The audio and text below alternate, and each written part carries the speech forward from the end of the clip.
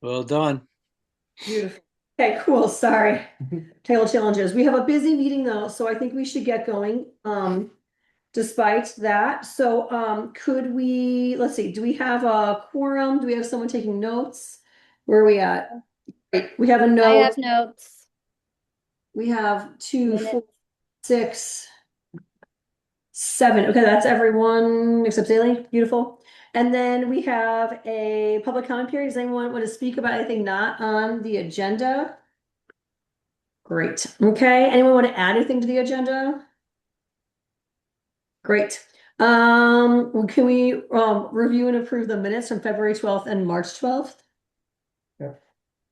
Move to approve. Great. We have a motion to approve. Anyone else want to second that? Second that. Great. All those in favor? Aye. Aye. Aye. Okay, so those minutes are approved. I don't have any correspondence. That's not, yeah, I think we're good on correspondence. New business. I had a request to talk about the Bristol Flats design from the Addison County Regional Planning Commission. Maybe we can talk about that during parks updates though. And that brings us to anyone else? Great. Okay, that brings us to the UVM class to talk about the Bristol Pond. So Kristen, could you introduce this for us? Sure. So last fall in my applied river engineering course at UVM, students worked on final projects, including an alternatives analysis for the Bristol Pond Dam. Josephine Alling is here tonight as a representative of the four-person team that worked on that project, and I've shared the report with this commission previously, and Josephine was kind enough to attend tonight to present a brief summary of their project and just to be on hand in case there were questions on their methods or recommendations. Josephine is pursuing a master's at UVM and works full-time as an engineer with SLR Corporation in Waterbury, Vermont, where she works on projects including computer modeling of floodplains and design and implementation of dam removals. So I'll turn it over to Josephine, and I think she has permission to share slides. Is that true? Hope so. Let's see if that works. And if not, we'll try to figure out the details. Great. Thanks for Haha, awesome. introduction. It worked. I think it'll work. Cool. Well, if you just maximize your window, that would make it easier for us to Yeah. see. There we go. Is that good? Yep, looks great. Thank you. Wonderful. Yeah, like Kristen said, I am a master's student at UVM. I'm also working full-time at SLR. And I've been working with Kristen for a few years now, starting in undergrad and on a lot of projects. So, was lucky enough to take her at river engineering class, and the rest of the group couldn't make it tonight, but I thought I was could be here and give a little overview of our project. One big caveat I'd say before we dig in is that we never visited the site. So um, I know now I know about it. I'd love to get a canoe out once it warms up a bit, but because we weren't on site, I think a lot of our analysis was from a desktop level. And so with that, I think it does limit how much we could assess about the site and kind of how detailed we could get into our conclusions. So looking at a little bit of what I'm going to talk about, just kind of looking at the existing conditions of the site, some alternatives, and maybe some next steps. So I'll probably go quickly through some of the background, as you guys are probably pretty familiar with the site setting. I think a few important details is that it has an upstream drainage area of like 5.2 miles or square miles. So this is a relatively small watershed, which kind of limits how much water is going to be moving through the dam and through the stream. So I think a lot of times when we talk about big dams, there's a lot of flow and like it kind of does dictate the risks that might be posed by a dam and a structure that's damming up a stream. So because there's a small watershed, the amount of water that's moving through here is maybe a little bit of a lesser volume. Um, And another key piece of this dam and this site is that it's really ecologically important. There are a lot of really awesome natural resources, and the recreational value of the area is really important. So I think keeping that in mind was a key piece of this project. So looking at the dam history, it was first dammed in the 30s by a group of beavers, and the shape of the dam as it's built now really reflects kind of this history because it's a really long, it's like 300 feet wide, which is a really pretty of a big structure lengthwise in terms of dams, and it's only 3 feet tall, which really replicates kind of the natural structure of like a beaver dam. You kind of look at them and they're only about 3 feet tall. Sometimes you get a really big one and it's like 8 feet above your head, but that's on a rare occasion. So the dam here is really mirrors the like natural conditions of a beaver dam structure. So I think that was a really cool aspect of this site in particular. Looking at the dam safety assessment, the most recent assessment was in spring of 2023. And the dam was rated in poor condition and generally reported a lot of lack of maintenance. Kind of the dam was covered with a lot of vegetation. And one big thing, because the dam is an earthen dam, vegetation can create kind of a mechanism for failure. So I think that was a key reason why they pointed this out as a potential problem that could be mitigated with a little bit more maintenance, kind of cutting back a lot of this vegetation off the dam itself. And I think they noted that there was a beaver dam on top of the structure. I know you mentioned that maybe they went in and took some of that out recently, so I don't know what the exact status of the beaver influence on top of the dam is right now. But at the time, they said that the dam on top of the dam added about 20 inches of additional water to the pond. So I think they flagged that as kind of an unsafe condition just because it's hard to assess kind of the safety implications of like how much additional water you're adding when there's a beaver or like a non-man-made structure on top of the existing dam. So it kind of adds a level of risk. And the dam was rated as a low hazard potential dam. So this doesn't necessarily deal with the condition of it, but more so what the damage would look like if it were to fail. So they said that in the event of a breach, you wouldn't lose any lives, and there wouldn't be a lot of damage to downstream infrastructure. But I will say, like, if there was an uncontrolled release of water and the dam was to break, I think there are a few roads downstream that might be not fully designed to handle that sort of flow. So there would be infrastructure implications to a dam failure that would be important to consider, and what sort of liability and risk that poses for whoever owns the dam. Looking at some of the analysis that we did of the site, we looked at the geomorphic setting of Bristol to Pond, which kind of is like the shape of the landscape in this area. So this is a river profile. So it's as if you were standing in the river and you cut the river all the way from the upstream headwaters all the way down to below this Church Street crossing. And then we're looking at the river sideways. So you can kind of see, I don't know if you can see my mouse, but at the upstream end of this project site in the watershed, you have a really steep stream kind of feeding into the pond. And then there's this transition zone into the pond where the slope really flattens out.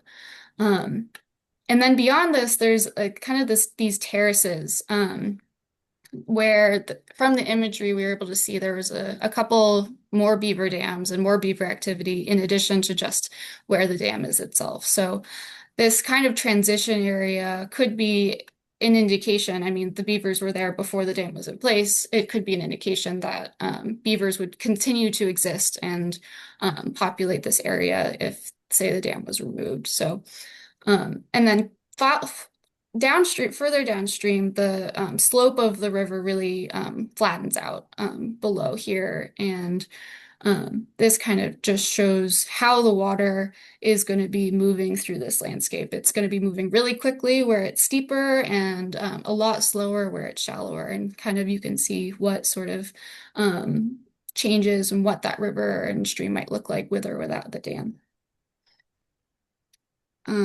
We did a brief pond size analysis, which is limited due to the data that we had. So we found a depth map of the lake or the pond from the 80s. So it is a bit of a rudimentary data source just because of the date. And another thing is that we don't necessarily know what the beaver condition, like what the beavers were doing when this map was made. So maybe the beavers had built a 6-foot dam on top of the dam, and then they created a depth map based off of those water levels. Or maybe the beavers weren't even there at all. So we don't necessarily know that information, which then would influence how deep or not deep the pond is in this map. So I think that's one big data gap, is not only the age of this data, but also what the water levels and what the dam looked like at this time. So putting that all aside, we forged ahead with the data that we had and digitized that map to understand how deep the water might be, just pretending as if this is what the current conditions are. And we were able to create a surface of the pond with our mapping software, which you can kind of see here, like this dark purple area is where it's deepest, and then it's much shallower, kind of in this red along the outside. And we were able to combine this with, it's now harder to see, with the existing elevation of the landscape around the pond. So this is LiDAR data, which essentially is like what is the elevation of the ground throughout this area.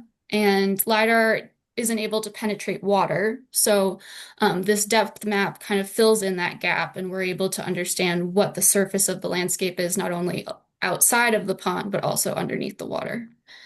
And then using this data, we calculated some volume, surface area, and depth of different alternatives that we looked at. So using the elevations that we knew of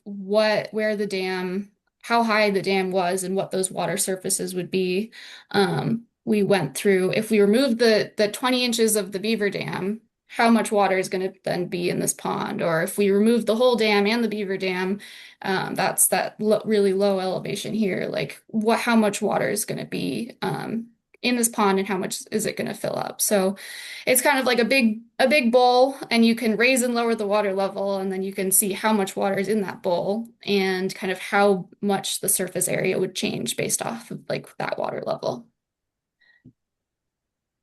And so this is kind of an overview of our results. So we tabulated the different surface areas of the pond, the different volumes, and the maximum depths that would change based off of these different alternatives, where we would do nothing, leave the dam and the beavers alone, maybe remove the beavers, rehab the dam, replace the dam, or remove the dam. So this map over here kind of is an overview of like what those pond extents would look like. And you can kind of see the dam removal is super small, and obviously it doesn't connect all the way through, which wouldn't necessarily be the case as the stream would continue to flow through here.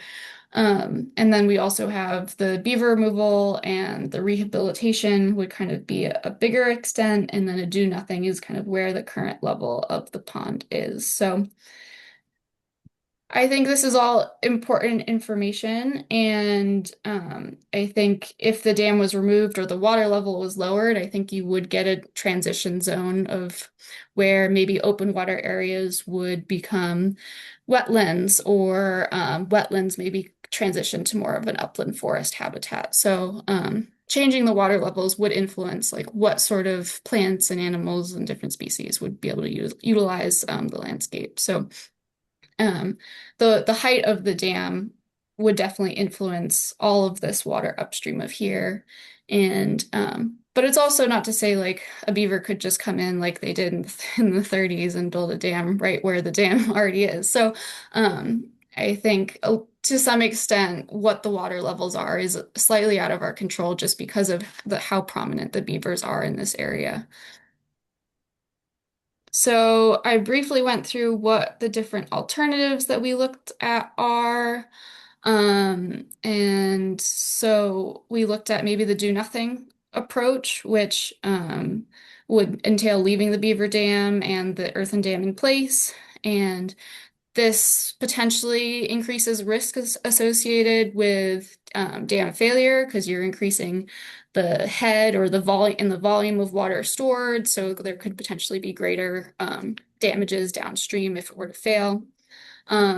It's not advised by dam safety because I think they kind of generally recommend like something should be done in the future. I know their dam safety regulations are kind of in the process of change right now, and kind of it's a little unpredictable like what their recommendations and how they enforce those recommendations is kind of in flux, and what that looks like might influence whether this is a viable option or not. I will say one thing that could be done is addressing the maintenance considerations on the dam. I know dam safety, they flagged that there was a general lack of maintenance, and so maybe moderating the amount of vegetation that's on the dam. I know it's a pretty long area, so dealing with that could be a good step to address those concerns. Another big thing we looked at was removing the beaver influence, which would be a pretty big task, given my understanding of how prominent they are in the area. I have seen beaver deceivers in action. It's kind of a way to move water through the dam where the beavers can't block it up, kind of like through this like cage structure. And it would potentially be a good thing to explore. I'm no expert in the implementation of a beaver deceiver and if this dam is a good candidate for that. But another option in terms of managing beavers is like the lethal option or where you remove them from the site. And I think that would potentially be hard just given how prominent they are here, and they would probably just move back anyways. And it would probably be a really ongoing battle to kind of remove them from an area where they clearly call home. So I wouldn't necessarily, I think a big piece of this would be learning how to coexist with the beavers and understanding how to protect this infrastructure and this asset to the community and recreational community. I think that's definitely a consideration. And then we looked at rehabilitating the dam and replacing the dam. And I will say these options are relatively expensive, like pretty expensive. And I think dam replacement, dam rehabilitation with the current dam safety standards and like modern design standards, rehabilitating the dam and replacing the dam are effectively the same thing. Because in order to bring the existing dam up to code and up to compliance, like you would just be fully starting from scratch, essentially.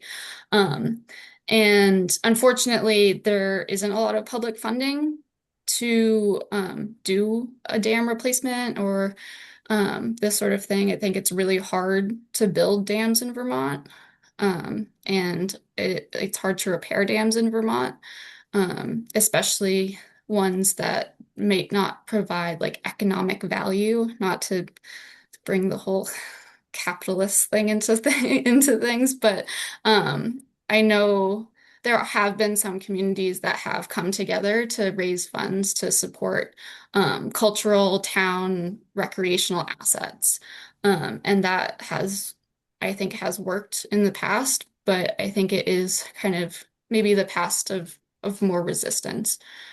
just due to the costs and the extensive design and permitting that would be required to like pursue this as an option.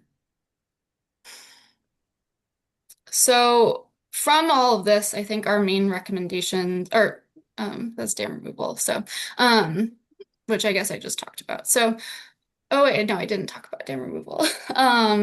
So dam removal was one of the last alternatives that we looked at, and it was a moderately expensive alternative, and you would still need a lot of design and permitting and more site assessment to kind of look at what the existing conditions are right now and how the landscape would change if the dam were to be removed. So like how would flow change downstream? How would the site setting and the ecological setting change? I think there are a lot of considerations, maybe potentially with sediment and if the sediment would have to be removed or managed. So there are a lot of funding sources for dam removal. And so in that way, it could be a more viable option, but I think especially in a site where it is really a cultural asset and also like a recreational asset. And I know there are homes along a pond, this pond that removing this structure would be a lot of change. And sometimes it could be the best option, but it also could be a really hard one just because of all these really positive things that this dam kind of brings to this community and to the state in terms of its ecological function. So, like I kind of mentioned before, like the wetlands maybe on the outer edge of the pond would probably dry up with the lower water levels. And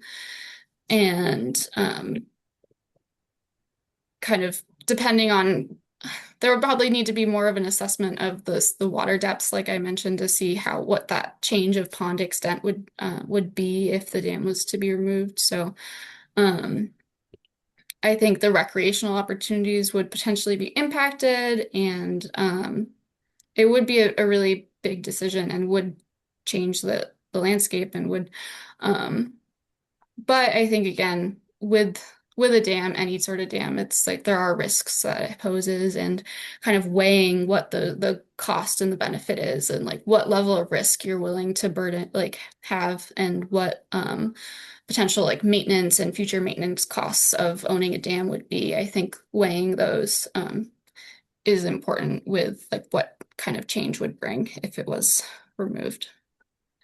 So looking at some of our final recommendations, we kind of took a little bit of a step back in our approach. We just said we'd recommend to remove the beaver influence and then increase maintenance of the dams kind of as like a first step minimum level of action to kind of like meet the recommendations stated by dam safety. So and then identifying a lot of future work, I think throughout this, I kind of spoke about a lot of the data gaps that are still here. It would be really great to get more information about the pond depths and kind of what the sediment looks like in the pond, more of an assessment of the dam and what that looks like, and like some hydrologic and hydraulic models to understand the flow that's kind of moving through this area and kind of how much how much water would change if the dam was removed or the beavers were removed. And then the beaver monitoring and understanding the impact of the beavers on the dam and its risk level and such like that. And I think a big piece of this is conversations with dam safety about how these new regulations, if they are to go in place at some point, would impact dam ownership and what that kind of burden might be in terms of addressing some of the concerns that they have. So I think that's it. I tried to hit all the main things, but I think if there are questions, I'd be happy to answer them. Yeah, thanks. Thank you. Does anyone have any questions? Or thoughts or comments? Josephine, this is Kristen, have you would it be helpful? We're trying to think of ways that this commission could be helpful in terms of implementing some of these recommendations. Um, and this could involve maybe writing grants to do some of this initial work, such as getting updated pond bathymetry and kind of determining how much sediment is upstream of the dam and so forth. Are those tasks that there might be funding for in terms of grants, or and would you have you seen where communities can become involved in those kinds of tasks? Maybe a fleet of canoeists out there to measure the depth to the bottom of the pond, for example. Yeah, totally. I think understanding or like doing like a dam feasibility assessment, there are a lot of funding sources available to do that initial step. Um, I think we're working with a few different like natural resources conservation districts on a few like preliminary design or preliminary first assessments of dams across the state right now. So I know there is money to do that sort of stuff. And to your point about what sort of data would be helpful, like I think if you want to go on the high end of things, there's green LiDAR, which would get you a really good understanding of the pond bathymetry because it is able to penetrate the water. But like you said, if you got a fleet of canoeists, I know we go out if we're assessing a dam, we'd go out on in the canoe and we'd bring a big rebar rod and we can use it to measure the water depths and the sediment depths kind of in the pond. So um, we would do that all over the pond and like around the dam and that sort of stuff. So if community canoeists were able to collect that information, like I think that would always be helpful and beneficial to any sort of future study or analysis. Cool. I have a question as far as how this study and the recommendations might be uh, used by the state, or have there been examples where the state has said, "Oh, this is great that we have this information," and or or or I guess what is the connection of this um, to being useful for the state? Because it seems like there has to be some kind of official capacity in order for them to start taking a look at it. So it's a question for both Kristen and Josephine. Yeah, John, are you saying like what level of information would be helpful for because the state owns the dam and is responsible for it. So are you saying like what level of information would be helpful for them to make their decisions? So given that this was done through a class, if I'm understanding that correctly, Yep. and it's got some great information, how does the state view taking this study and under consideration for their recommendations Uh, and using it, yeah. sort of as advisement of how they could proceed? Because I imagine that we heard that there was a list of a number of dams that were at various states of failure and so on, and so this might help. But I just wonder how the state views receiving or having access to a report such as this. Yeah, and I think we can acknowledge, as Josephine said at the beginning of the presentation, that we were limited in this class project. We weren't allowed, not it's not that we weren't allowed, it's just that we didn't have the resources necessarily to go to the field and collect data. And so this is a tabletop exercise in a way. I think the information could be helpful for the Vermont Fish and Wildlife and the DEC folks. Um, and I think that the next logical step would be something like a dam feasibility study that Josephine suggested, and that has a more defined scope of work that would involve actual field collection of measurements and would be even much more helpful to the state in terms of deciding what could be appropriate next steps for the dam. All right. Are we aware of the Vermont Fish and Wildlife being open to public comment at this time? Last we'd heard they were pretty, it sounded they were overwhelmed by a lot of towns wanting to talk about this. We got that information about, was that Mike Mike Richowski? Wachowski, yep. He had gone out to the beaver dam and had attempted to remove the beaver dam from on top of the dam several times in looks like September of this year or of 25, but that there was a lot of rain and it really didn't have any effect. And so they sort of seemed like they gave up on trying to take the brush off of the dam at the time. And then they decided they would have to come back and try to drain it again in August or September of 26. Is that the same timeline that you believe is happening? And are they interested in talking to us, or this just something that they're going to do regardless? Do you have a sense of that, Kristen?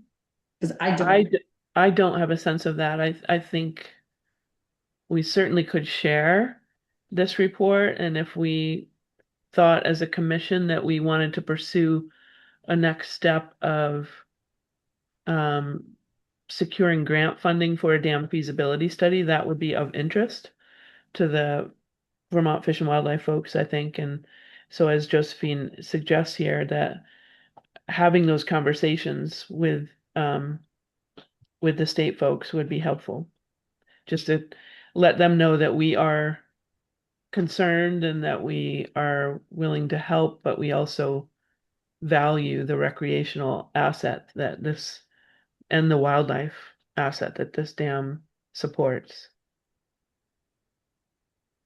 Um, It's an awkward analogy, but if flooding was to occur or somebody's property, such as, property that I have along the river, if it was altered substantially, I believe the state says that the homeowner has some rights to go and try and address that and replace embankments and that sort of thing.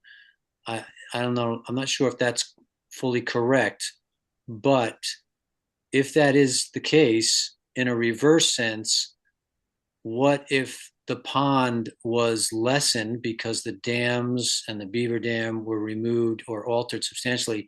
Does a homeowner that is on the uh, or that has a home on the perimeter of the pond have any redress to the state by saying, "Oh, we've now that's been altered and that affects my property," and I just didn't know if they have any recourse. It's a good question, and I don't know the answer to that. all right, so let's think about steps and deliverables, I think. Yeah, Josephine, thank you so much for this presentation. This is really lovely. And I appreciate you coming in to tell us about this. We have a couple questions and then we're going to move on to talk about zoning. And I want to think about deliverables and what we're going to do actionable as we wrap up this part of the conversation. Okay. Yeah. We have some visitors. Nancy, if you can get some names down, we have more people who have come to the table now. Hi, my name is Greg Faust. I just have a couple quick questions, and I'm sorry if they're they're not up to snuff. I just hopped into this. I heard about this today. Um, are there any second or third order consequences that are top of mind for you that as you were doing this? Um, like is the impacted isolated, or is there any potential impact to other bodies of water in the area? I think there are consequences in terms of any sort of step that's taken here. I think one big thing is potential flood risk. I think the pond itself probably stores a lot of water, and so removing that sort of structure might cause more water to move downstream.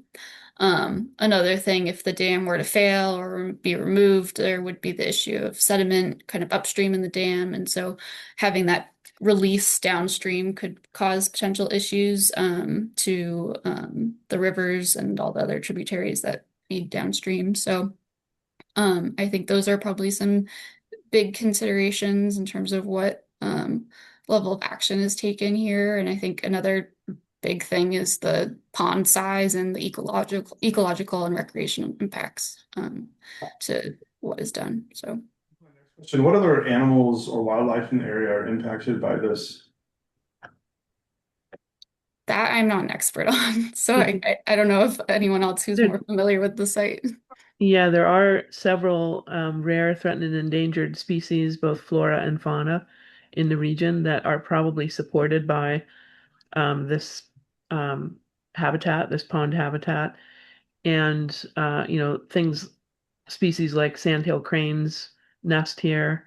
Helen Young, who was a past Conservation Commission member, I'm not sure if she's on the call or in the audience, but Okay. she might know of some additional species, but it's a highly significant habitat.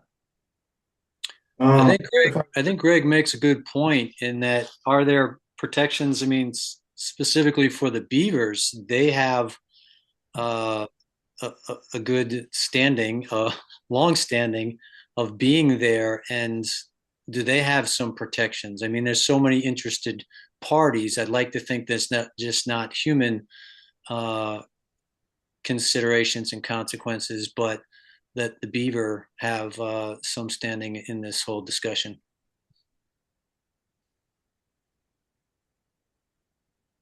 I don't No, know. no quick response to that one. I don't know. I mean, yeah. Um, I just want to make sure for clarification, we've been talking about Bristol Pond, and this is on the Bristol Moncton border. Is that correct? That's the access road. And Yeah, it's Winona Lake. Is that correct? I just want to make sure we look it's known by both names. Yep. sure And we're all and got as it. you mentioned at the top of the meeting, Carolyn, the dam is in the town of Moncton, while the bulk of the pond itself is in the town of Bristol. Right. and just for clarification, is there like a ramp up or a lead time before any intervention is like before they do anything or anything is done? Is there any lead up time so we can react or plan or no? I don't think so. I mean, we've just heard through emails that they plan to return in August, September, to address the beaver dam materials on top of the dam by removing them. Uh, I have a question. Who's coming back to do that? This Vermont Fish and Wildlife would contract that work to happen. Thank you. if we went out for grants for feasibility, the turnaround time can be lengthy. How actionable, like so I'm the town administrator here in Bristol, and like I absolutely will support us going for grants to determine dam feasibilities and impacts of this. So I guess my question is if we go do that and the turnaround time on that is, I work with state a lot. They get to you when they get to you. And so that might be an intermediary step, but maybe we need to think about short-term steps and how to deal with that. Ugh. Yeah. Yeah, Josephine, would you have an idea of generally timelines for those dam feasibility studies? And that, of course, doesn't include the time to secure the grant, which could be 6 months to a year. I think if you were really working on it, it probably like 3 months would probably be pretty quick. Probably Yeah. more generally would be like about six months, maybe a year for kind of a slower pace of a project. We're pretty good. But yeah, I so would we imagine AZ and Greg that if the town made uh, approached the Fish and Wildlife and said, "Yes, we really want to look into this. We want to partner. We have some ideas." That interaction would prove helpful in extending a timeline to do the feasibility study, to potentially look into grants and so on, and not have it be that they're the ones that are determining that no, they're going to affect this dam removal rather quickly. So I think engaging them and being proactive sounds like a good plan. pointing me in the right direction. Yeah, I think too, I think what we can do too is maybe we can put you in touch with Alex Smith, who is the commissioner who was very involved, BCC commission member, got really sucked into this topic really hard and has actually left the commission so that he can spend more time on Montpelier, specifically on this issue now. And so he's been sort of pulled in a lot of directions, working with people at the state, talking about fish and wildlife. And so he's sort of our local touch point with this whole topic. So we can put you in touch with Alex because he knows more about than we do. And he was working so hard on the specific thing. He just had to step away from the commission, which was concerning how just lack of communication. Yeah. About this. I mean, you know, I'm not a conservationist by any sort of educational, but like, you don't have to be a rocket scientist to know this is gonna have downstream impacts into just kind of sharp northern star without talking to anybody. It's like the most un-Vermont thing I've seen since I've been here in Vermont. So kind of a loss. Yeah, it's pretty wild. Have y'all talked to Andrew LaRoe at the Regional Planning Commission just for the, because changing the dam sounds like flooding impacts are a concern, and that would be, in my opinion, emergency management related. Oh, I didn't think of that. Yeah. So I mean, I can put y'all in touch with Andrew, but Yeah. Especially because the town is going through the process of getting our local hazard mitigation plan put in place. And Okay. yeah, Well, I'll write that email and I'll put Andrew on there as well. And I'll get Alex, Andrew, and I'll get you in there and we'll see if we can get something going. That would be a good idea.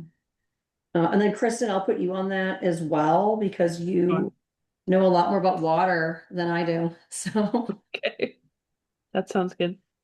perfect. Okay, great. So that'll be our next step. Then we'll get that email going and see what we can do, and we'll touch back in next month about like if we made any progress or how things are going with that. Great. Comments before we move on? Yeah. another name to put on your contact Yep. list is Kyle Medak. He's the state regional floodplain manager. Kyle, what was that name? Medash, M-E dash. Medash. That's good. I've been trying to figure out the right pronunciation for 2 years, and I'm constantly back and forth. Okay, sounds good.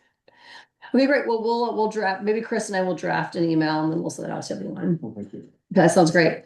Any last thoughts before we move on to the town plan? Town plan planning, I should say. Okay, great. So why don't we do that? We'll move on to our next agenda item. Thank you, Josephine, very much. Yeah, thank you guys. This was great. Thank you. Thank you for the comprehensive overview. No problem. Thank you. Have a good night. Great. Okay, so AZ, we thought we have some time now to talk about the town planning. Yeah. And we want to talk about progress on our goals from 2020. We want to talk about if people have hopes or goals that you would share, that we could share as well for that. And then whatever it is you want to talk about. Well, That's what I want to do right now. I have a little presentation. Yes. I presented this to the, I can just share. Do you want to share that? Yeah, I think you should be able to. This is a presentation I gave to the planning commission at the March meeting, and I've kind of just changed it around to apply to y'all.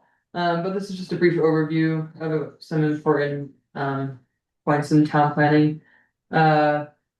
First is what's required in the town plan from statute. And this is broken into what are elements. Elements require a mapping element to them.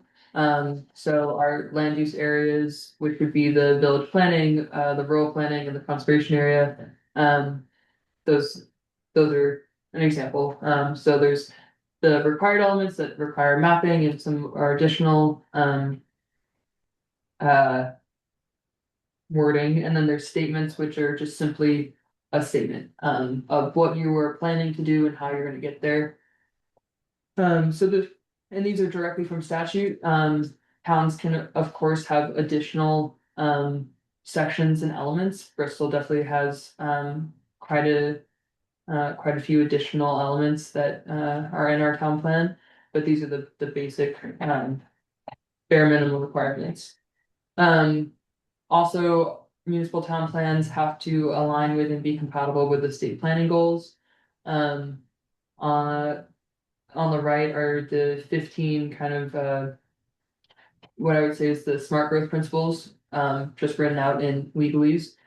And then on the left are the state planning goals directly. So any town plan really has to follow these. And as a town plan is a piece of legislation, essentially, but we want to focus it more on being a visionary document, a guiding document that's grounded in these goals itself and will lay the groundwork for future development and conservation planning and all sorts of planning in Bristol. Looking at statute also provides the steps that you have to take for updating a town plan. And this is from that section, and I highlighted this part just because I think it's very important to any sort of planning process, is the public engagement and outreach that you get from the community.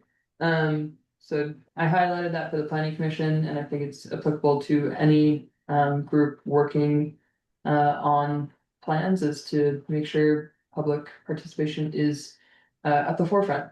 And then underneath that, just a little note about the importance of town plans and what they do for municipality, looking especially at Act 250. As one of the Act 250 criteria is, of course, the impact on the environment of wildlife connections and stuff like that. And at a state level, of course, they're talking about tier 3 planning areas with Act 250 exemptions and the road rule, which kind of ties into what we have in our town plan for conservation practices and other sort of things, will then be reviewed by Act 250 applications. So for this town plan update, we have some resources. We were awarded a Department of Housing and Community Development planning grant. And in that grant, we are specifically, one of our major focuses is on a natural resources update to the flood, shoreline, and forest fragmentation and hazard mitigation. Is this what you were applying for last time you spoke to us? And now you got it? Because you were gonna have the outside consultants Yes, and everything. yes, This yes. is this. Yes, so we were You did awarded, it. yes. That's great. Okay. we were awarded funding. Yes, we were awarded the grant that I was talking about. We are still working on finding a consultant for this. Got a promising email today. I don't wanna jinx it. But a big reason why I have been working with y'all is because one of our work plan tasks in this grant was specifically to natural resources updates, and especially after the recent flooding in the past 2 years that have impacted slope stability in not only the village but also on Lincoln Road, Briggs Hill. And then of course New Haven River and the flats as being an area of potential flood damage. I think it's important to think about how we prepare development. And then another aspect of support is Bristol is part of a pilot program to try out a planning guide. And this is from the Climate Action Office, and Bristol is part of the Social Resilience Planning Guide group. And a big focus of this planning guide is how to involve the people and the public and those who have lived experience and are vulnerable. So thinking about, for example, in Lockydale, being kind of right next to that floodplain, and how do we best think forward future proofing on that, or like thinking about the watershed center and or Bristol Pond and how it serves an important not only recreational factor but ecological benefit. So bringing that all into kind of these are our planning supports, and of course, me and Greg and the administrative team, and then the planning commission. But speaking more directly to the conservation commission, this is a picture from the town plan about under the environment section. And these are the sections that I feel is most applicable to the conservation commission. If y'all want to get crazy and start talking about recreation, I would love that. Please get crazy. And but main focus, of course, is natural resources and talking about ecosystems, topography, soils, a wide range of environment related topics, and then taking that and then moving into land use planning. Of course, Bristol has the three planning areas already: village, rural, and conservation. Conservation being mostly the USDA forest land, most of Hogback Mountain, the Watershed Center, of course, as our conservation areas. So I just wanted to give also a little bit of a look into how we're approaching the planning process. And taking it from the formal process of statute and what is required and necessary and already laid out. And then working with a more informal process that will drive a lot of the community development or community engagement that we're seeking for. And these two processes overlap in the fact that they're both driven by community engagement. And this is where we'll get a lot of feedback and recommendations that the informal process will then influence the formal process. And for these two processes, we'll have a concentric model, kind of a tiered system where the planning commission is the highest tier, and then working down from there. That's the formal process, and the informal process is more of a cluster model where we're trying to get as much engagement as we can, working in small groups to tackle the big plan that is the town hall. I proposed to the planning commission breaking them into 4 advisory groups that would work as or 4 focus groups that work as advisory committees under the larger planning commission. These 4 groups would tackle separate town plan elements. I see the conservation commission as fitting in with land. As I mentioned earlier, the environment and land use planning has a myriad of different topics within that that I feel the conservation commission would love to keep your hands on. So this was proposed at this month's meeting. The planning commission will be actually voting to create these. So then looking at just the work plan of where we're at, similar to where I asked for you guys is we're in the review and community assessment portion of seeing what we've already done, how far you've come, and then a community assessment of what is the community feeling, what needs have changed since the last town plan, what needs haven't changed, doing an inventory of studies and all sorts of stuff like that. And then looking forward would be moving from the review and moving towards a deeper focus on community engagement of really going out and getting public feedback and doing a lot of research into I know SLR just did the New Haven flood study, so gathering all the information we can to best inform decision making, and then from there moving into reviewing the community vision, making sure it still aligns with the next 20 years. So that's kind of a very brief overview of planning stuff. I'm happy to answer questions. And if it doesn't align, that's okay. Yeah, Like, because we've done something, I say myself doing this all the time, but it's trying to defeat we've always done it this way. yeah.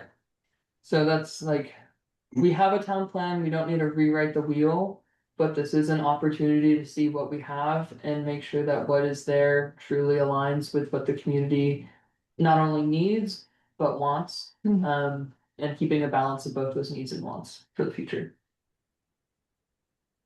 Yes. Exciting stuff, to say the least. Okay, and so at this point then, is there any feedback you're looking for us specifically, or you just wanted us to know like the update, I right? kind of wanted to just give you an update. Okay. I also wanted to hear on what you guys have done in your review of what your implementation tasks were, because Yeah. that really does help with the review and community assessment, because if you completed all your tasks, that's fabulous. If you didn't complete any, that's okay. But Complete is hard when it's like really identify significant public scenic resources. I don't know how to accomplish that really, you know? And that's also a great point of, in a town plan, you have your goals, your policies, and your tasks. Your goals are kind of your overarching, like, we want to ensure there's a balance between the ecological and recreational needs of the community. Exactly. Yeah. Those That's- ones were like, we did some of it, you know, Yeah, so that's the broad goal, and then the policies underneath are like,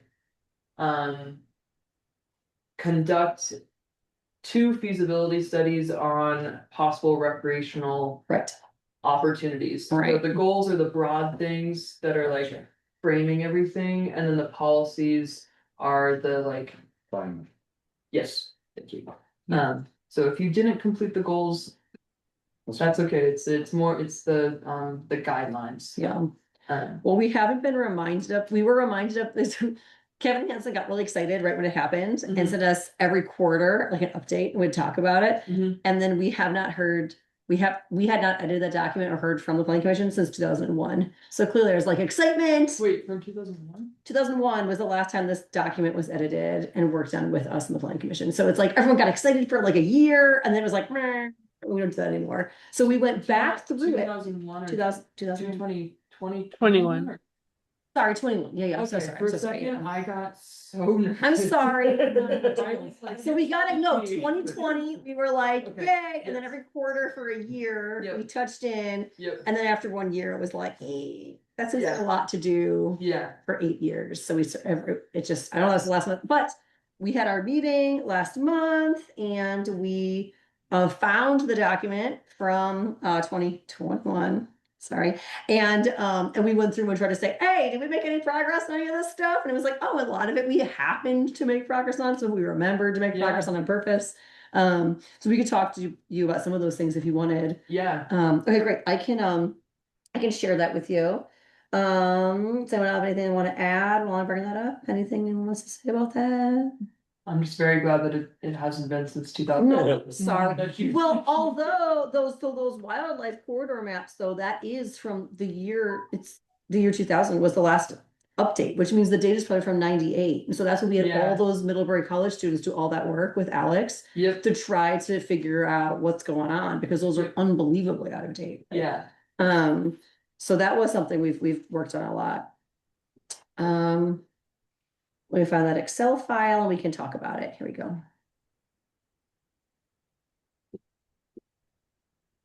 Cool. So this is the Excel file that we received from the planning commission. And there was like an instruction page they gave us here, and then they gave us a worksheet and then reference implementation plan.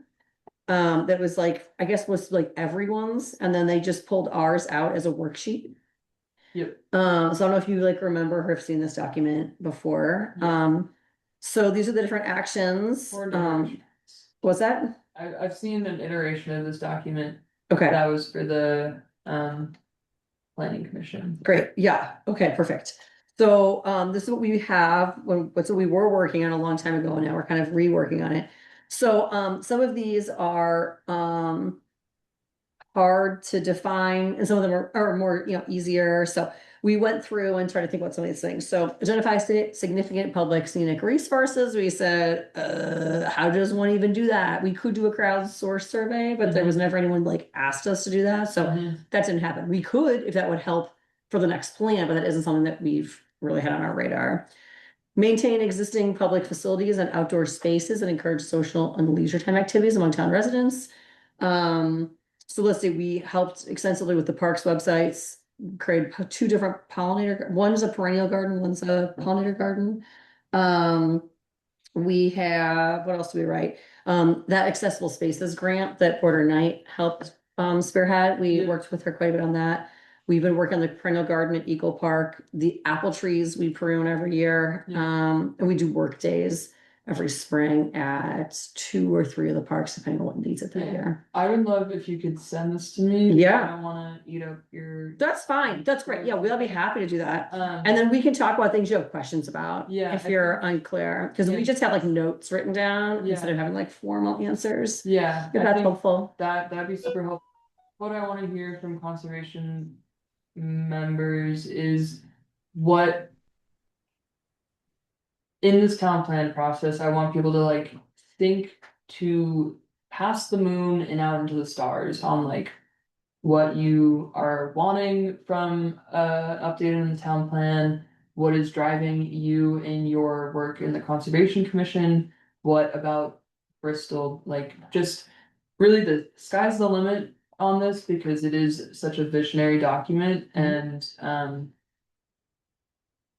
to use the analogy of throwing spaghetti on the wall and seeing what sticks, but it kind of is, at least in this phase of this process of just especially the community assessment is just like seeing what's out there and what folks are thinking and then taking all that and then focusing it into a vision and then from that vision then you write your goals and policies and clearly I have made a note that our goals and policies need to be a little bit more clear on what you need to do. Yeah, some of them are very clear. One of them was about writing management plans for the parks. Because although we had parks, we didn't have management plans, and so we've been writing those, and those approved by the, we have now created plans for Eagle Memorial, Saunders River Access, Sycamore, Lord's Prayer Rock, Seth Hill, Yeah, and then the Town Green, Shackett's, and the Coffee Factory are all in prep or planned awesome. as the last three. So Yeah. we've been working on those for the last several Yeah. years, writing all those documents. Kristen's been spearheading that. Yeah. He's done a really great job on it. Thank you. Yeah, thank you. Try to take our paper parks and turn them into actual parks. Yeah, and I think like all the work that y'all have been doing that is concrete and you have deliverables on, if you can put that in one place in one packet, I guess, not a packet, but in one place is like a like I was saying in the community assessment, you look at your previous studies and you look at what you have, your policies and your procedures. Are they, can we not, just create a SharePoint? You guys have SharePoint? What now? SharePoint. You know, so like, why don't we just create- Yeah. So let's just create a SharePoint for the Conservation Commission and just start putting your documents in one place so that we can all work cohesively. The documents that are finished and approved by the select board, we have listed under park management plans on the webpage. Perfect. Okay. I can pull But then we have some that are in review that we have not posted yet. That's Okay. cool. I'll still create a SharePoint just that way, We can all back. we can all have access to them. Cool. Yeah. And that's like a Google Drive folder. We can do that. Google Drive. I'm just wondering what a SharePoint. I don't know that one. Same thing, Microsoft. Okay, thanks. Yeah, it's the Microsoft version of Google Drive. Perfect. Great. We're all Microsoft here, except you. That's fine. Yeah, whatever. I just want to make sure we all know what we're talking about. Yeah. Yeah. Sounds good.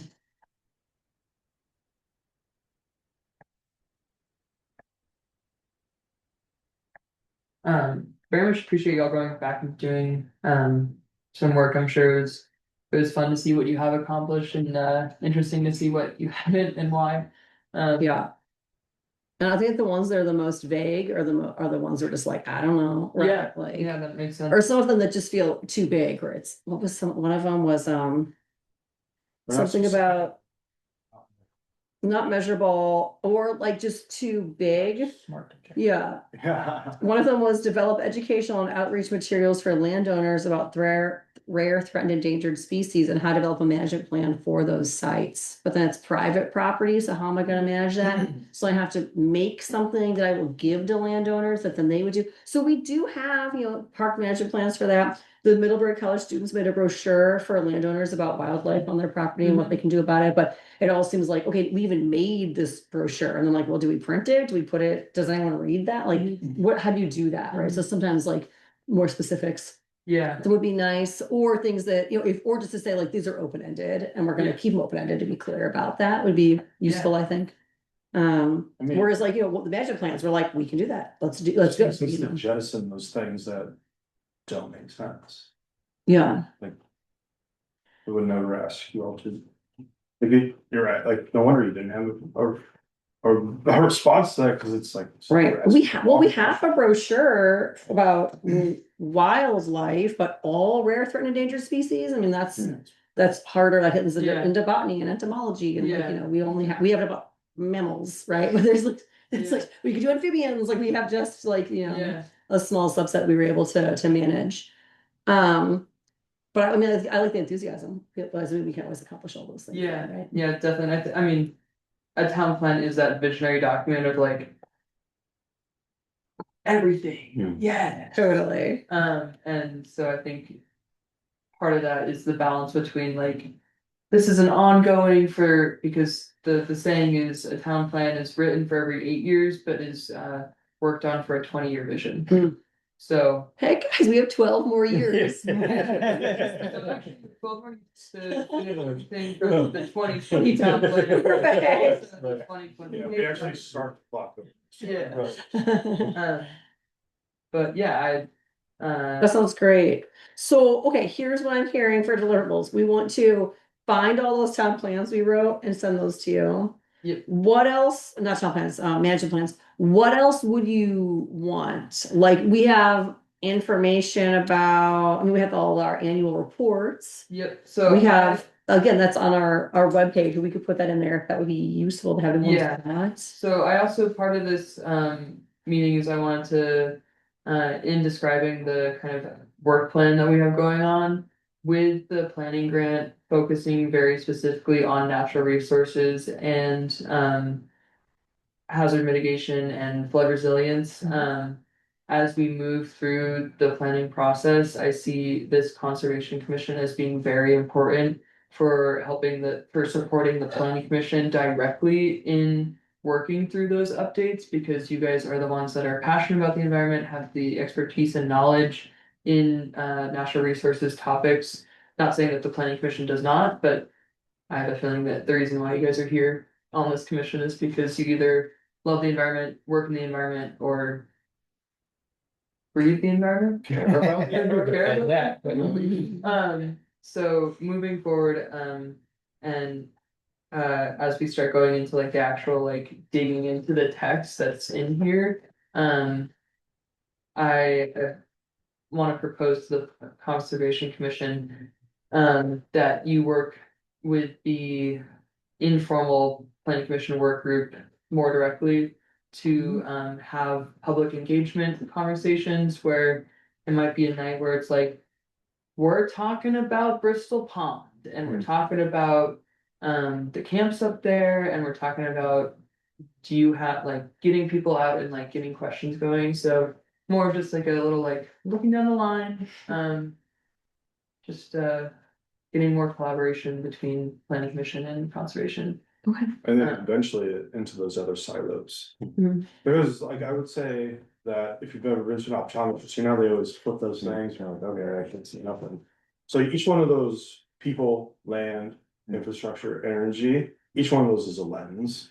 And I think in the past, everyone just put their little monocle to their eye or whatever, but the way I do things is I put all the lenses together and we look through that lens towards the future. And so what is happening here won't just sit in conservation. It's like through the lens in which we are planning for the future and the Venn diagram of overlap into everything else. So sorry if it felt that like what you did in 20 and before just didn't bear fruit, but No, it a will, lot of good I stuff. Yeah.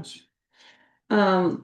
Yeah, okay, so, and you know, another thing too, which we never talk about, but it's natural and historic conservation. Yeah, But like everyone pretty much is like yeah. natural, but technically, we don't really have any like historians we work with, for like town historians and stuff, but. We do work, occasion- we work with Bristol Historical Society, like on that coffin trail sign and stuff like that. So occasionally we dabble in the historic. Get them here.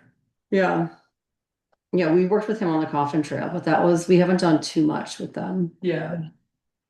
Yeah, and just to what Greg said about like overlapping the lenses is I can so there will be a more formal like work plan where folks can like see what this has all been talking about and see the breakdown of each group, but each focus group has different town plan elements and some groups share town plan elements. So like people will have recreation and healthy living, but so will land because they're tied together. As you heard from the Bristol Pond conversation, we're not in silos. So Just in terms of that workflow, would you be anticipating that we would be writing major sections of this document, or would that be something because I think last time, as I recall, I think it was Andrew LaRoe was the point person who actually wrote a lot of the natural resource text, or at least updated it. So, yeah. Is that something that you would want us to be writing? Is this consultant's gonna write? Like, who's doing it, right? So the what I was talking about with like the informal and then that leading into the formal would be as the Conservation Commission working with the land focus group, it would be writing recommendations and like providing those recommendations and reports to the formal planning commission for them to then chew over and think on and maybe tweak slightly, and then the consultant will be the one.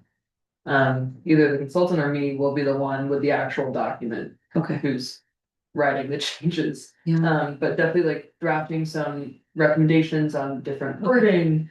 Want it to be a little bit more collaborative and not it's like have the focus groups like dig into the text, say, hey, here's our recommendations for that this section doesn't really work anymore, or that in the soils you're completely missing the importance of the certain clay that's What, sure. yeah, but Get your red pen out.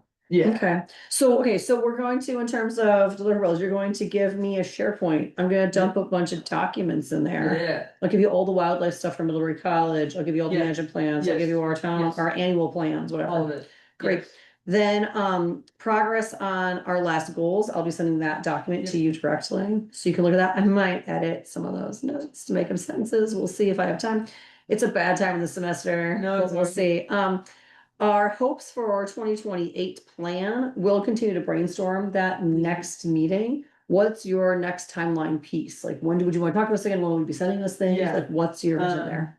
So hoping by the end of April, we have a consultant. So come May, we'll be hitting the ground running, doing public engagement.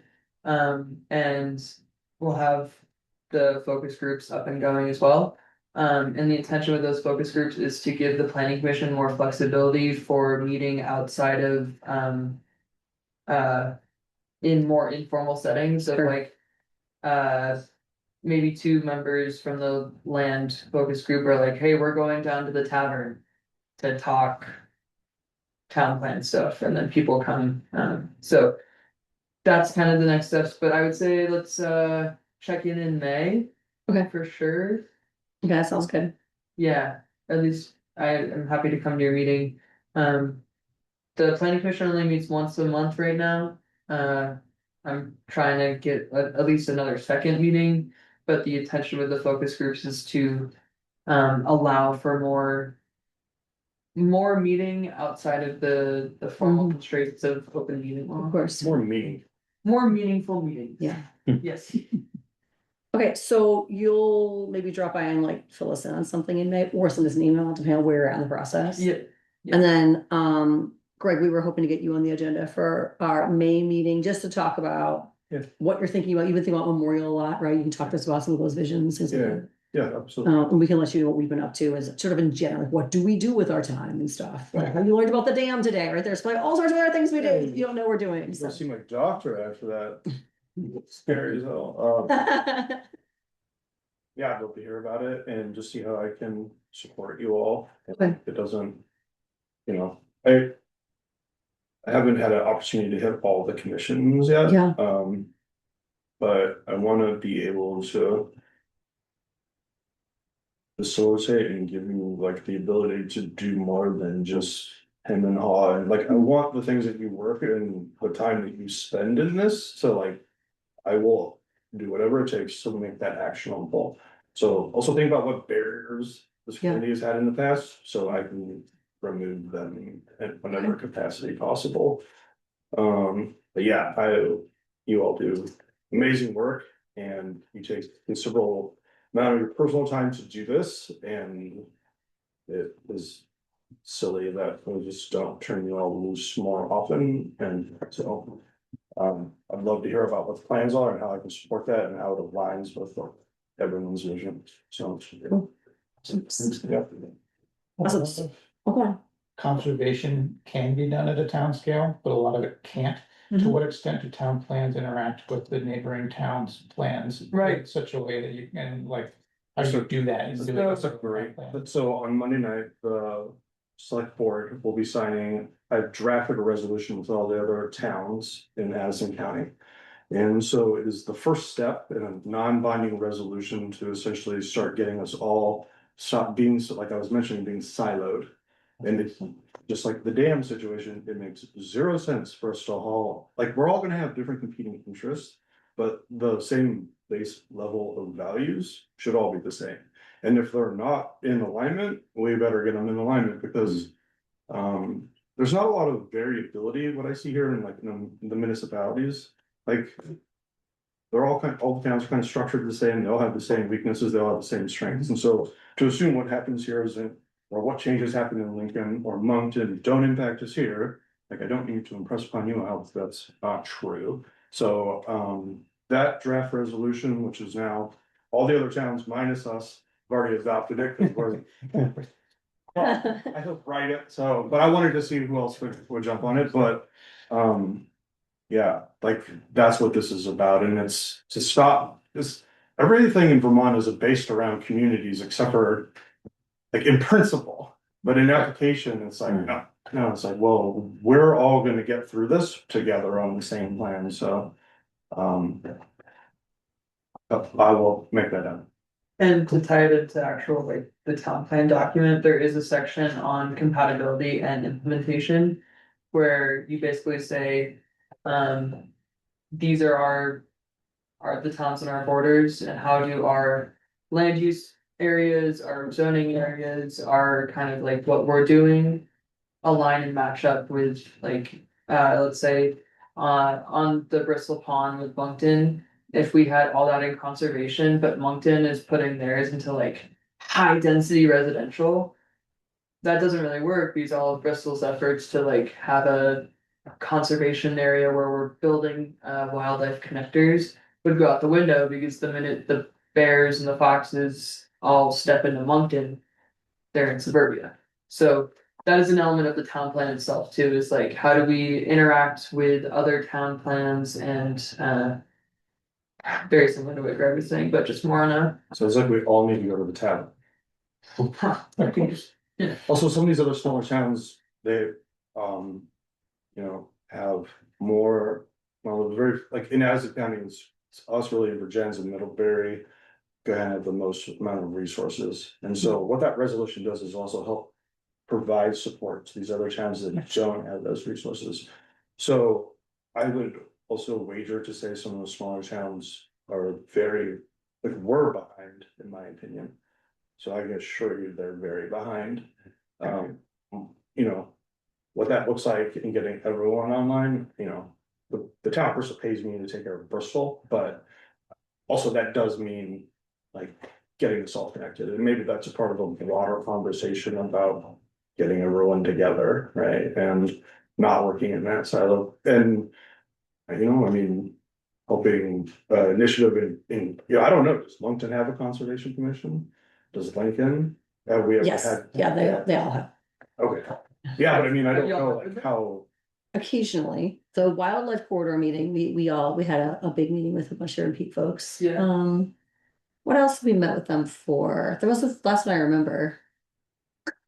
But yeah, there's also the Edison, there's the, what's ABCC stand for? It's like honor. Vermont Association of Conservation Commissions, maybe? Yeah, yeah, and so we theoretically pay dues to them. Yeah. We tried to pay them dues, but there's been some hiccups. So yeah, so there's a group of over 100 conservation commissions in various towns, and we go to the talks for different conservation commissions, and we see them at our talks, and so we informally meet with them as well. Sorry to imply that they didn't, I just didn't know, Yeah. That's actually very exciting because that kind of ties into the cluster model that I was talking about for the informal process where.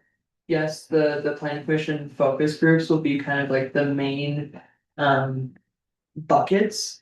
But the conservation commission as your own little bucket has your own outreaches to Lincoln, Moncton, Ripton, all those conservation commissions. And then you can kind of build those networks out of communication and collaboration. Yeah, for a while there was an Addison County Regional Conservation Group too. I forgot what it was called. And we had a really big turnout for the first meeting, and I only went to the one meeting, but they worked really hard. It was a big group of people from commissions all over the county or Champlain Valley. But I don't know too much about what happened with the group, or I don't know if anyone else in our group worked with them much, but for a while they were trying to get everyone together. I think it was one of these COVID things, just maybe didn't work out. Yeah.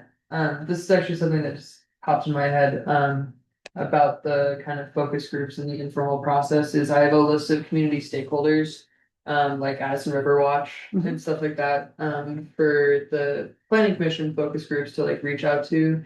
But, something for y'all to think on are, the possible network connections that you have access to that would benefit the community engagement process and feedback. So either community groups or people that are doing direct conservation work.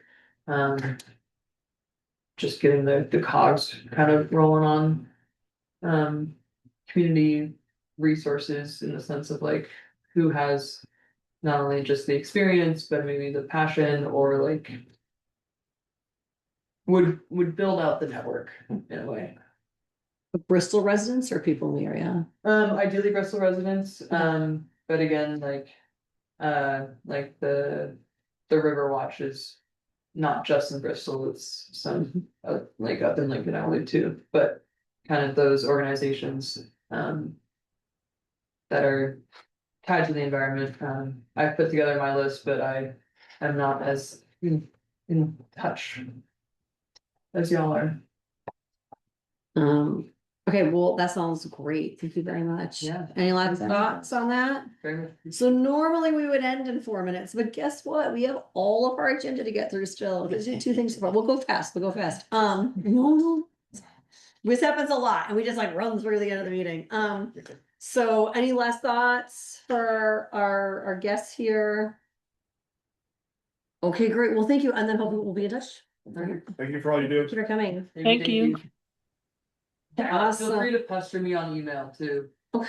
Like, And zoning, even though it says Chris Purley goes to you, is that correct? yes, I don't know how to fix that. Okay, I just want to make sure because I see the name and I'm like, that's not who I'm trying to get to. It's been like, yeah, it's been 2 years of. It's not Chris Burnley. Okay, And I just want to make sure that is you. yes, Okay. yes, the zoning at Bristol BT will get you to me. Okay, that sounds great. But yeah, any thoughts, anything that pops up, if there's something, hit my line.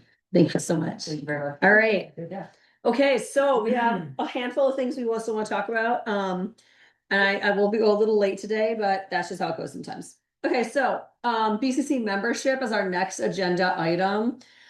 Gail Klein did decide not to renew, so she stayed with us for several months, but in the end, she decided that after her injury, she just didn't know if she had it in her to keep up with the group, and so we want to thank her for her help with being on the commission.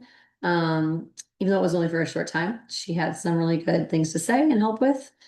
And that leaves us with a vacancy again. As you know, we have almost a perpetual vacancy. As soon as we fill one, we lose someone. But there is someone that came tonight that is interested in joining the Conservation Commission. So this is John, and could you like maybe introduce yourself and remind us that you already saw it came last month? Sure, yeah. Jonathan Cummings. I am a relatively new resident of Bristol. We've been here since January and are buying a home on Rounds Road right now, doing lots and lots of renovation stuff. But I work for U.S. Fish and Wildlife Service, grew up in Westford, Vermont, have connections to other regional conservation efforts to some extent, and the Lamoille County Regional Planning Commission. I have a friend who works there, and just eager to learn about the town of Bristol too. Cool. And then my understanding is that you wanted to join the BCC. Okay, sure, cool. Do we have questions for John? And then I can tell him about paperwork. No questions? Great. In the interest of time, I will tell you how to join the BCC when we're done. So everyone has to listen to me tell you. But it's just like one form and then you go to the select board. Good. Good. We'll talk later. Interest of time. Parks updates. Aiden is not here. He often has a big update. Would anyone like to give us an update on Eagle Memorial, Sycamore, Soda River access, etc.? I can briefly provide a short update that we were successful in pruning all of the 14 or so somewhat dwarf apple trees, and then there were two much older, hard to know what the age was, very mature, taller apple trees with Kieran, Aiden, and myself probably a few weeks back. And I guess I can't remember the date, but we'll see how that all turns out. And prior to that, we had a little bit of an overview of some of the work that they did on the trails. Aiden was there with Meredith, and Jono, are yeah. there two? No, I thought there was just the one trail. Did they do the second one already? Well, there's one that was very well widened and straightened, I would say. And then the second one, that's, I would say, kind of on deck Okay. to kind of it more or less goes and has a dog leg left. And I think they want to somewhat straighten it, and they showed us the path and widen that one too. So I was very congratulatory, is that word? of their efforts, because it's something that we had talked about, and also they took the town's tractor brush hog and went around the perimeter of much of the park so they can keep that encroachment at bay. So I thought it was really great to see that that's the most used park, and there was a lot of attention given to it in last year, and quite a good acknowledgement to Aiden for taking the lead on that. Yeah. And so that's going to be that new trail is going to go in the spring. Is that the plan? Do you know? I don't recall the date, but I believe Aiden was going to be checking with the town public works department, and then it's really sort of seeing what their availability is and scheduling, as I recall. But I don't remember any definitive scheduling. It's on the radar though. They are going to do it this year. Is that correct? Do you recall, Kieran? I think that the plan is that they're trying to get to it soon. I would say they accomplished quite a bit last fall, so I don't know whether it could be the spring or when it fits in their schedule best, but I think that's fair to say. Hopefully, this within the calendar year. Nice. Okay. Did you happen to look at the pollinator garden when you were there? Briefly, just noticed it walking in and walking out. As I recall, they had there were green stakes, but if I remember correctly, then in the past, either that fencing was taken down maybe over the winter, and maybe it's meant to be put back up. But other than that, I have not kept track of what is involved for any sort of maintenance in involvement with the pollinator garden. Okay, so I thought maybe I should get in touch with Porter and see if they're gonna do any weeding at the pollinator garden. Are we interested in taking care of that? If we're not interested in it, then we should just mow it. But if we are interested, then we should take care of it. So I don't know where we fall on that line right now. Are we I taking think care of it? it might be worth checking with Helen Young if that seemed reasonable, because she had a substantial role in Mhm. it getting started, and then I think watering it at a couple of points, and organizing some other work, volunteer work groups to continue it. That's my recollection. Right. So Porter Knights interns for the Bristol Trail Network were the ones that installed that pollinator garden. And we're just trying to think about like long-term maintenance. And so I can reach out to Porter. I can put Helen on that email as well, and we can sort of see if they're going to be doing any work on that. Otherwise, are we gonna be doing any work on that? Do we want to do a a spring work day weeding that, or do we not care? What are your thoughts? I think it's great that Porter might have the resources as a sort of a satellite um, role where some of their volunteers can take some time away from the trail, and it's been ongoing with their involvement. So hopefully they'd like to continue some of that. I'd pursue that for the start. Okay, well, I can email her about what her plan is for the summer for that. Any other updates about the parks? We have a sampling request. I think Kristen, this might be someone that you know or have worked with in the Yeah. past. Is that the Matt Witten thing and the Uh, live stakes? Yeah. uh, So Matt Witten of the Addison County Riverwatch Collaborative has asked, and he's done this in previous years as well, if he could come and cut willow stakes at Saunders River Access, and they are using them on restoration projects elsewhere in Addison County. We've granted them access to do that in the past couple of years at least. So this is my formal ask of the commission if we should grant him access to do that again this year. Not sure Thoughts? whether that requires a vote, but I'd be in favor because I'm sure that's how we received cuttings to get Correct. our uh, Yep. our riparian buffer started. So it only Yep. seems right that we would continue with others to be able to gain from those cuttings from our established plots. Yep. Anyone that's against this?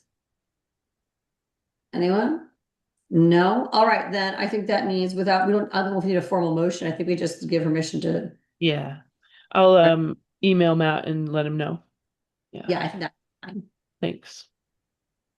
Great. Any other park updates? Do we want to plan a spring work day anywhere? Because this is normally the April meeting is when we would do so. Does anyone like to plan anything? Has anyone been anywhere, thinks they need something? In the past, we've done work days on Green Up Day at Eagle for a while. That was a tradition. We've moved away from that as more and more people in the commission are doing Green Up Day. But it still suggests, beginning of May is a good time to get out there and kind of clean things up. We can take a look at the bulletin boards. We can walk the parks, do some weeding as needed. Just when we can Eagle, usually we can do some, I don't know, raking. Anyone thoughts? I think last year before our April meeting, Nikki and Karen came, and the three of us, and maybe someone else, Kristen, yeah, we like did some good weeds and kind of getting the perennial garden kind of just cleaned up from winter to spring, like about an hour or so before the meeting started. So we could do something like that again if we wanted in May. That stuff. It feels Yeah. like you're doing something. Yeah, totally. How would we like to schedule that then?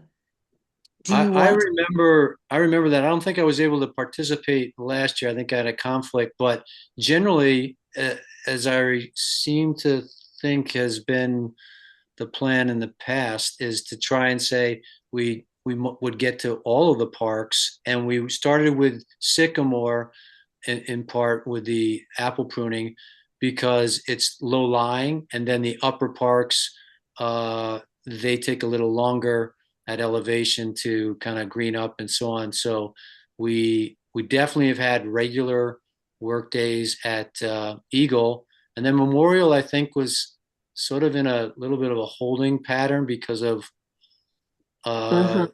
just some of the accessibility um, assessments that were studies that were going on, and I sort of lost track. But I know we went up there a couple times, mostly to see what was going on, not maybe as much to do any work.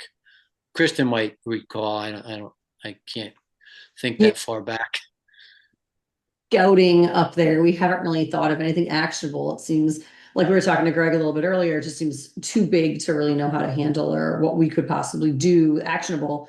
But we could get the perennial garden ready for summer, that kind of thing. Seems more actionable at the scale we're at of just us pitching in. We're not going to pitch in to get an excavator and a bridge, for example.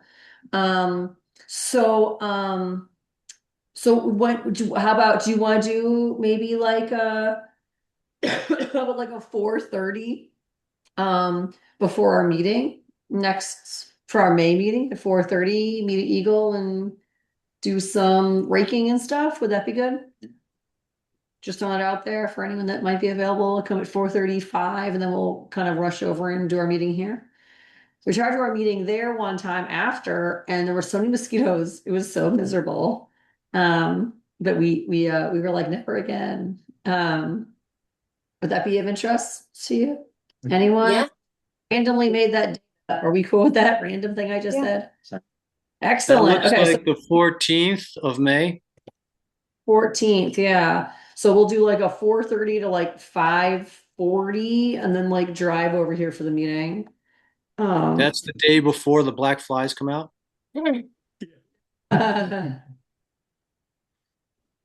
Okay, and then do we want to go ahead and schedule something for Sycamore Park, or are we going to wait and see what Porter says? What are our thoughts? Let's wait and see what Porter says. Great, thank you. The Nancy's have it. Okay, cool. So we'll do that. I'll wait and see what they say if they're interested in taking that on. Anything else you would like to do for any kind of like, does anyone want to tour a site? Does anyone like want to see a site they haven't seen before? Would you like to schedule something like that? This is a good time of year to do that usually. I would like On that. the site that they'd like to see.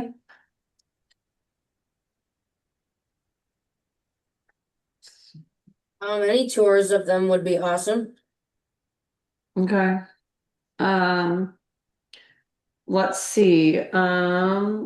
Do you have a park in particular we haven't seen in a while or anyone would like to go look at? We could help walk people around, or someone who's been to some of the sites before could help with that as well. Any thoughts?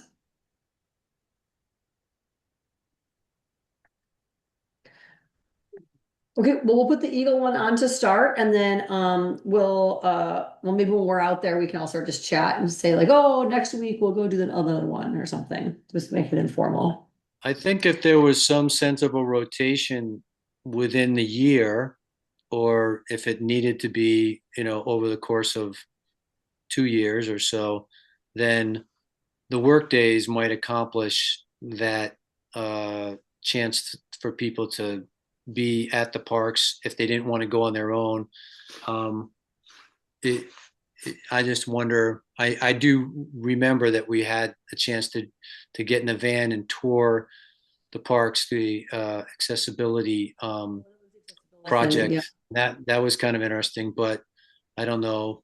For new members, it's definitely helpful. I remember being a new member, wondering where these places were, but Maybe anyhow, maybe while we're doing Eagle, we can chat more about different interests and people's calendars.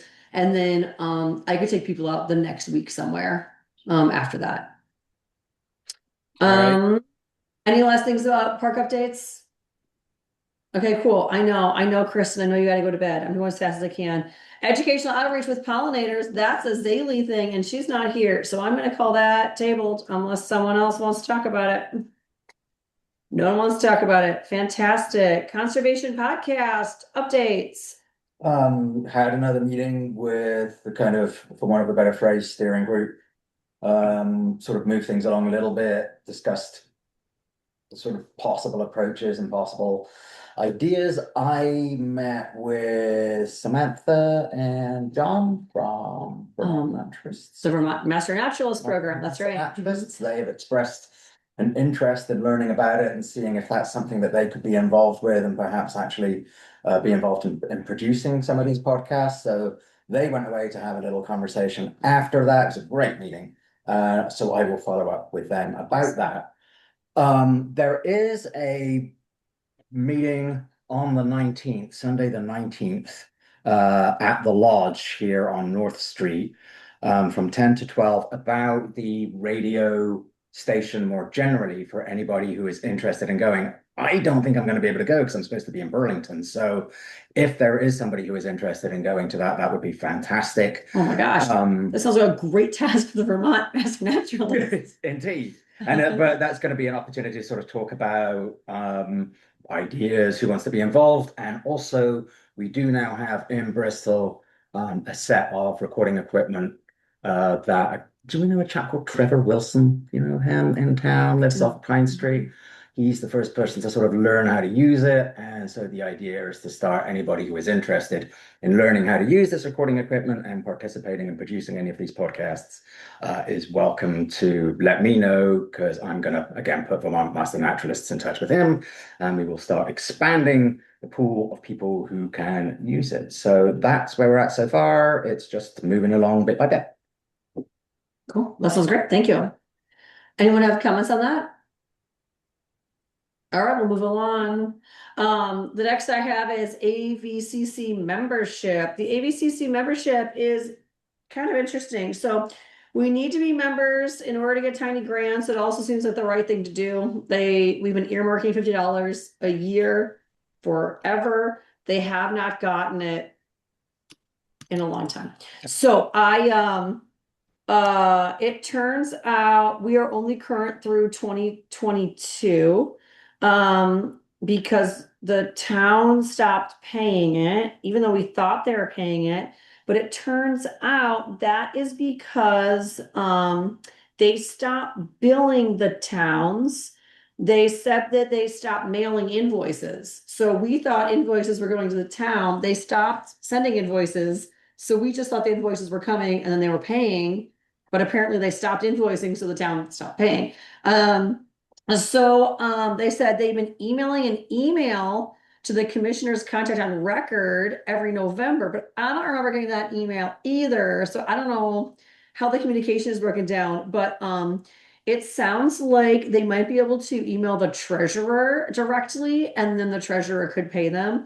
So we're gonna have to talk to I'm gonna talk to the treasurer account, which I think is Sharon, and then see if that's something that they'll be able to take care of if they just get that bill every November, and then they'll just get paid. So my hope is we can get that strategy in place. But we're not there yet because it took me a while to figure out, like, wait, why aren't you getting paid? And that was the answer. So we're working on that. I'm working on that. And that's what's happening. Okay, great. So we're trying to we're trying to get in good standing with them still, but it's a little complicated. We'll see if Sharon can handle it. The next item is Green Up Day. It is May 2nd, 2026. I will be at the table from 8 to noon. I'm hopeful that people will join me, or I'm just terribly bored. Usually Nancy and I run that together. This year Holly Hall is shut down for renovation. Well, the upstairs, the hall is shut down. So my hope is that folks that want to join will bring camp chairs. I'll bring a couple extra. I also have like a folding table I'll bring. Usually we get one from the building, but I think I'll just bring one this year because it's gonna be too hard to manage. I don't know where anything is or how we do that this year. So I'll just bring a little folding table this year. We have some big signs they gave us that fold out to hang on the table. That's brand new. We're supposed to keep those signs in perpetuity. So that'll be something we have that's a different thing. I'm going to be putting out we normally would put the bags on the steps. We can't do that because it's an active construction site. So I'm going to be dropping off the bags to Sharon on the 23rd of April, that Thursday, because the town office is closed on the 24th, the Friday. So the hope is we'll fill that box on the 23rd. We're going to put it maybe on top of the voting box that's not being used this time of year. So that's where we'll put that box with the sign out sheet and everything for Green Up Day bag. So we'll see if that works. It might be a little tall. I don't know. And then Meredith and Aiden are going to try to help refill that as well. It'll be a little more sporadic though, because their office isn't located in the building currently. So Sharon said she could check on it. I'm gonna drop off all the bags to her. And then we'll fill up that back. We kind of shuttle them from the outside and then we just put like 100 or so out at any given time. So they're not all out there. So we'll just see how that works. But it'll this way, if we do it early as a pick up bag situation, then people can grab those bags and we get 2 weekends, which is great. Bristol has over the past, I don't know, 5 years picked up significantly more trash than other towns nearby. And not because we have more trash, I don't think, but because we have a lot more effort. We have over 500 volunteers every year that help out. I think we just have a lot more man hours going into it, which is fantastic. And giving the second weekend helps so that if the Green Up Day itself is pretty crummy, at least we have that weekend before. So then we'll actually be sitting out there on the second. The bags will be out for that full week. Bristol Elementary is going to be picking up garbage. I've talked to the road crew to take the garbage away on the morning of the 4th, that Monday. So we should be all set up there. I didn't get posters this year. I don't know if they went to the town, so I probably should follow up and make sure and see if Aiden's going to be hanging those up. I don't know what happened to the posters. Posters? Question mark. All right. That's a note for me. And then that's what's happening with that. Questions about Green Up Day? Have you ever heard anything about scrap metal as sort of a subcategory? I know it's trash along the roadside. There's roadside scrap metal. You're supposed to kind of like put a Green Up Day bag right next to it or like tie a bag around it. So they'll see it and pick it up. And we do get in our final counts, we get counts of how many bags, the tonnage. Oh, no, we have to count the bags. We're very diligent about Nancy and I are very serious about counting these bags. We count the bags. The tonnage is reported to us. The number of tires and the number of pieces of scrap metal is reported to us, but that's all we get. And then we just want to dissuade people. There's sort of this idea of like, oh, if I don't have enough Green Up Day bags, I will use a regular garbage bag and put it like with the Green Up Day bags. But that's not allowed. The Green Up is very special. The bag itself goes to solid waste district in a different way through the waste stream. It is billed to Green Up Day, the not-for-profit.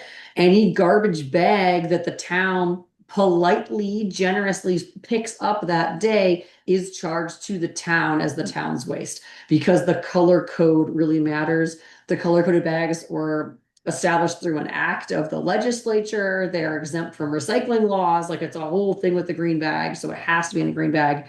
But some people believe you can have one green bag and 3 black bags, but that's really not good enough. So we want to help get that rumor gone because it's a bad rumor because then Bristol pays for it. Okay, any questions or comments? Are you doing a front porch forum post? I did one 1 month out, and then I thought I would ramp up more of them as we get closer to the date. Would you like to do some? Well, I can. I was just gonna say we could mention that in the post to be like all trash needs to be in the Green Up Day bags. Make that a bigger part of the post. That's a good idea. Like they cannot just pick up other, even though they can, but yeah, we had someone who found a well for family audiences, we'll say it was a large rubber person that was found down by the river. He didn't know how to bag that one, and they put one over the head and one over the feet, and they tried to haul it to the side of the road. And they were like, "We don't want to go to jail." And they came and talked to me about it. And I was like, "You're not going to go to jail. It's okay." But that is a pretty funny thing to be found down on the side of the road by the river. So that was pretty spectacular. That was my favorite find we ever had. So yeah, so it's like the idea of like scooting it over the feet. I just think it's so funny trying to make it a Green Up Day bag. So yeah, but mostly it's just like twisted tea and water bottles and stuff, you know. Okay, cool. So please let me know. I'll probably send an email at some point to like beg you to come hang out with me and Nancy, so we're not lonely. And then and yeah, that'll be that's the plan. And we'll just sit on the green like by the cannon usually, unless it's raining, and then we might hide under the Holly Hall thing. But if it's construction site, we might not be able to. So we're gonna just roll with it this year, be flexible. All right, Green Up Day, anything last about Green Up Day? Are we good? That sounds good. Timberlands Multi-Trail Partnership. I had an email from Roger and I was unable to read it during the meeting, but I saw that it seems as though he has just emailed us. Yeah. He said he's having car trouble and he wants to post an update in case he can't make it. He says there was the latest email from Samantha and I can read it out loud. Great. Okay, here's what it says. We've just finalized our next steps on the conceptual design. We're tentatively planning another informational community meeting for April 28th. Before I will do some targeted outreach with updates, BCC included. Stay tuned for more information soon, and thank you for your patience. Roger continues, I'm going to be out of town April 19th through 5th and won't make it to the 28th. I plan to follow up with her next week to see if they finalize the date and a venue, and we'll email everyone details so we can have some of us attend. Okay, that sounds good. Any comments on that? So April 28th, it sounds like. That might be an interesting meeting to go to. So we can think about going to that.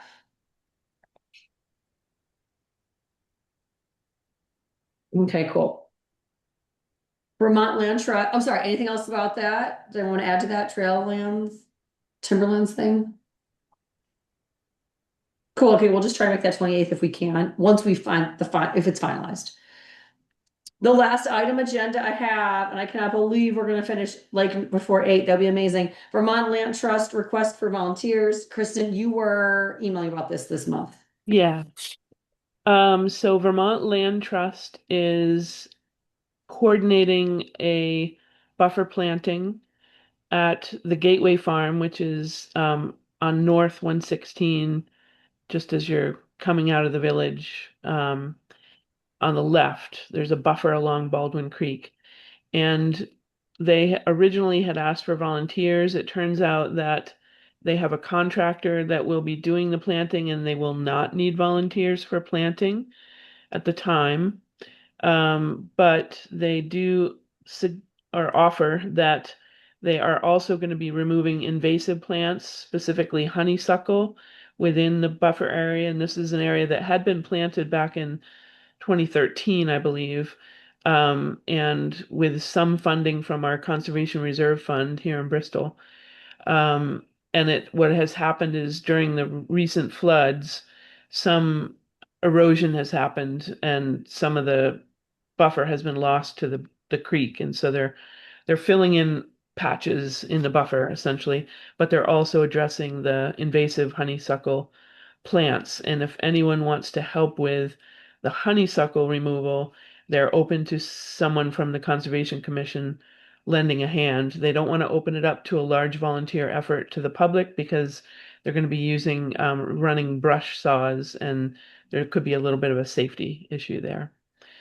The other ask that they have is that they may need some additional funding to help move and fill in holes in the livestock fencing that is keeping the cows, the beef cattle from crossing into and destroying the buffer. So they have livestock exclusion fencing there, and they need to move some of that fencing as the buffer is moving, as the river is moving. And so that may be more costly than what they anticipated.